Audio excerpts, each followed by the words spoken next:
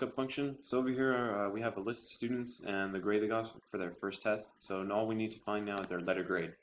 So over here I made a table that will VLOOKUP will reference to. So we have the grades over here and their corresponding letter grades. Now VLOOKUP function it only works if you have the grades in increasing order, so from 0 to 90. If you start it in decreasing order, so from 90 to 0, VLOOKUP function will not work. So over here, let's get started. Let's type equal VLOOKUP, hit tab, and here's the lookup value that we're looking for, and here is the table array. We're going to reference this table, and hit a comma, and we're looking for the values in column number 2. So in our little table, here's the first column, here's the second column, so we're looking for the values in this column, so we're going to hit 2.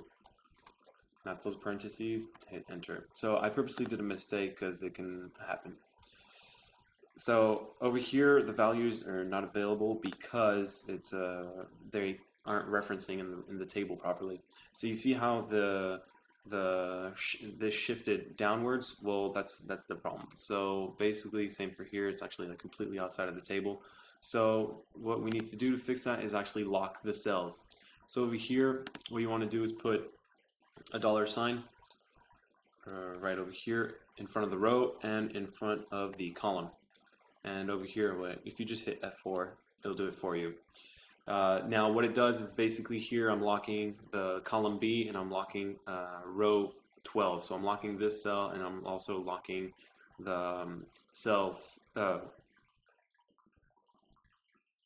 also locking the cells, column numbers, letter C and row number 16.